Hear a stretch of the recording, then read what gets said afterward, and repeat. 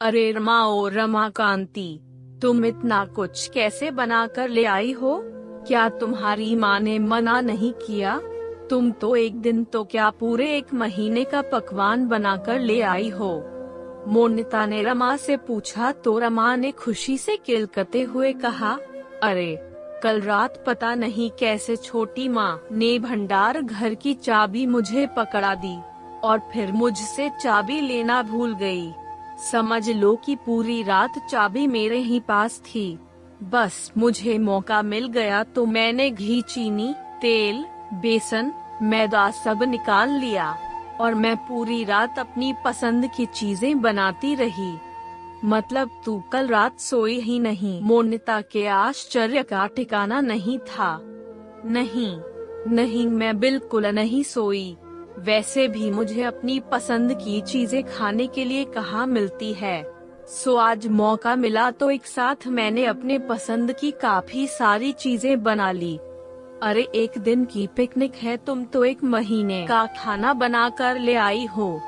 ठीक है रमा, तूने इतना कुछ बना लिया, लेकिन इतना कुछ स्कूल में लेकर क्यों आ गई? घर में रख दिया होता ना।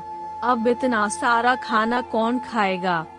सौम्या ने भी आश्चर्य जताते हुए कहा तो रमा के पास इसका भी जवाब मौजूद था। मैं घर में कैसे रख सकती थी सौम्या?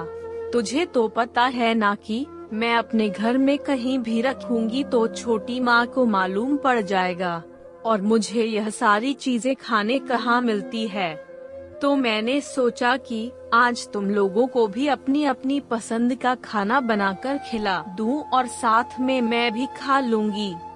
रमाकांति की इस बात पर सब हंस रहे थे, लेकिन मोनिता उसका दर्द समझ रही थी। रमाकांति नाम था उसका और उसकी सौतेली माँ उसे बहुत परेशान करती थी।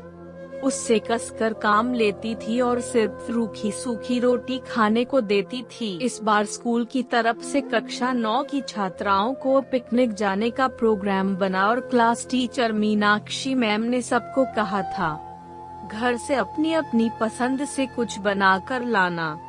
और रमाकांति मौका मिलते ही इतनी सारी चीजें बनाकर ले आई थी और सबसे आग्रह कर रही थी कि पूरे दिन का अगर सारी चीजें खत्म कर दी, क्योंकि अगर वह घर लेकर जाती है तो उसकी सौतेली माँ से उसको डांट पड़ती। बाकी लड़कियाँ भले ही उसका मजाक उड़ा रही हो, लेकिन मोनिता उसका दर्द समझ रही थी। सच, जब किसी बच्चे की माँ नहीं होती है तो उसकी जिंदगी कितनी मुश्किल हो जाती है, यह बात रमाकांति से बेहतर कौन जानता था। और मोनिता भी अपने दोस्त को अच्छी तरह समझ रही थी और उसने उस दिन से सोच लिया था कि वह रोज अपनी मम्मी से टिफिन में कुछ टेस्टी सा बनवाएगी और अपनी प्यारी दोस्त रमाकांति को खिलाएगी।